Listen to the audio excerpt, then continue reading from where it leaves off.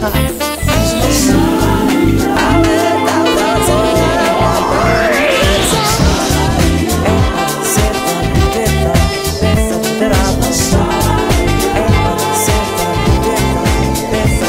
of you may recognize Chris Burroughs here. How do you do? Were you in a Western called Sidearms or something?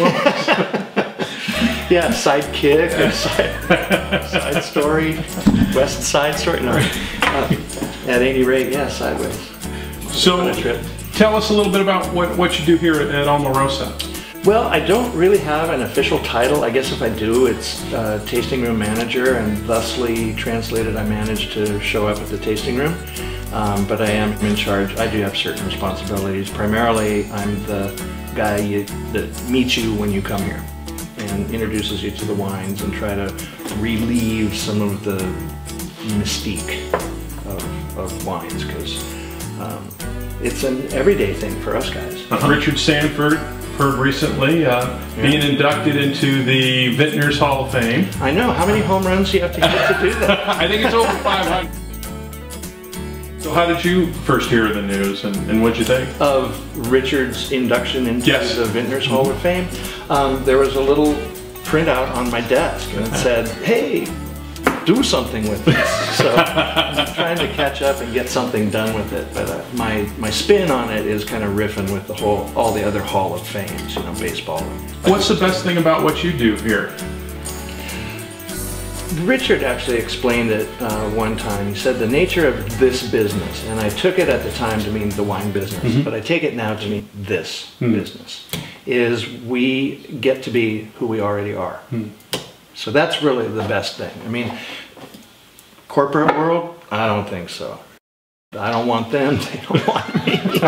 So it's kind of a unique niche kind of a thing. Remember when I was a student and trying to pursue academia and didn't really know what I wanted to do. I was gung-ho with creative writing and literature and stuff like that, which I still get to do in terms of recipes, wine, stories or notes, little articles. So how did you connect with Richard?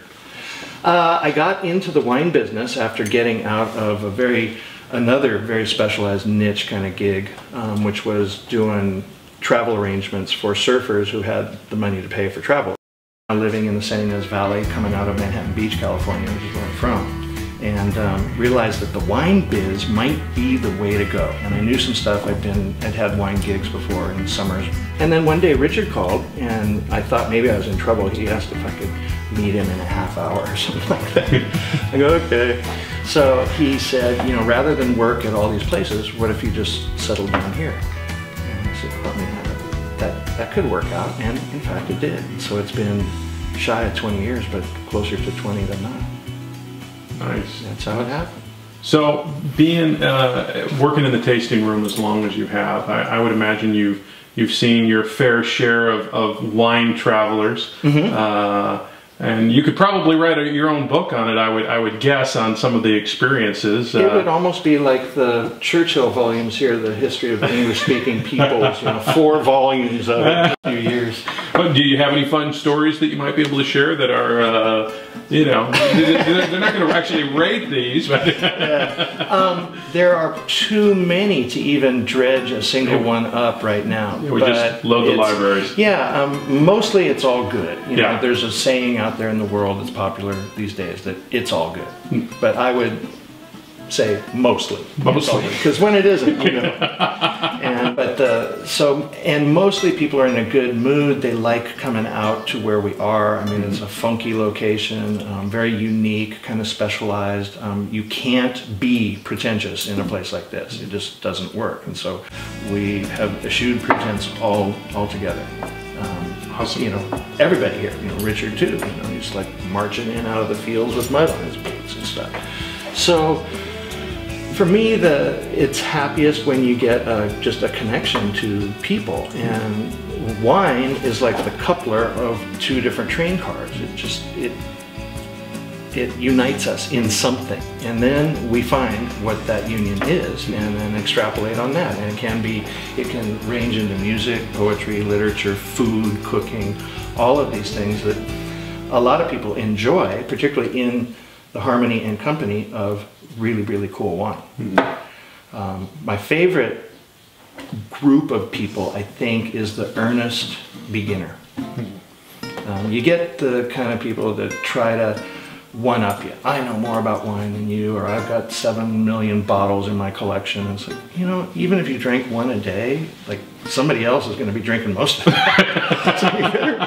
And I kind of like the idea, I have coach myself in it, that the memory of having experienced a wine is a better experience than the ownership of that wine that you're now kind of afraid to drink. Because once you drink it, it's gone. But if you have the memory, it isn't. It's like doing stuff. It's like going somewhere. Just do it.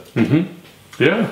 Yeah. I never thought about it that way. That's a really cool way to think about it. And I think I'm going to have to get in my cellar and create some memories. Oh, yeah. What do you think that the consumer wants today? Where are the trends sort of going compared to where they've been? It's hard. I don't know if we even get the average consumer here at a place like this. I know that for me, so if I can pull it off, that I have a very affordable bottle of wine, rather than something that costs me an arm and a leg, which puts you in the kind of fear of loss mode. It's like, oh, I spent so much on that, but maybe tonight's not the right night. That's where I'm the happiest. And I think that if that's my way of thinking, other people might be thinking that way too. I mean, if you can find it, so it's a combination of quality and value and then context. So you started here in '94, was that the first year? Yeah. What, how many wineries were here then, and what sort of happened since then? At that point, there were maybe 24, 25 places scattered around. Today, I think there's upwards of 130, maybe even 140. Probably now, in the time we've had this conversation, 141. So it's, and different people have arrived on the scene. At that point, it was very kind of agricultural driven. Now it's sort of, there's a lot more people doing it kind of for the hobby / sport or the deadly serious business people who it is a business. And it gets very serious under those circumstances.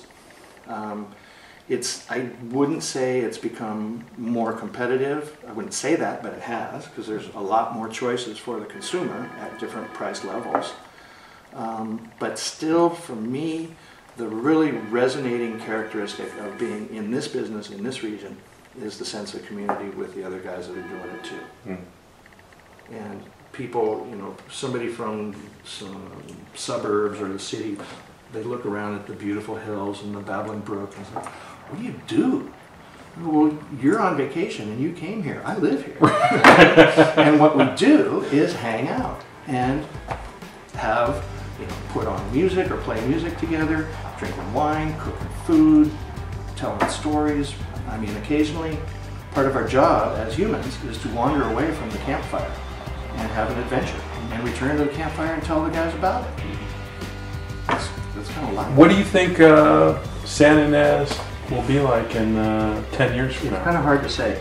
The wine biz may have kind of capped. I don't know. So when you're not, it's going to be reflective of what happens, I think, nationally, really, because we're part of the nation. And we're not an independent island or anything like that. Sure. So when you're not drinking wine, what are you drinking? I do have the occasional, like every day after work, a single malt whiskey. Ooh, nice. Yeah, well, maybe not every day. More frequently than not. And I'm also a big fan of high-end margaritas. Ooh, nice. Yeah, nice. Okay. Cool. Well, thanks for joining. Really appreciate you talking with us, Chris. Man, it's my Thanks so pleasure. much. Takes me out on Friday in her dancing shoes, like the drunken horse, cat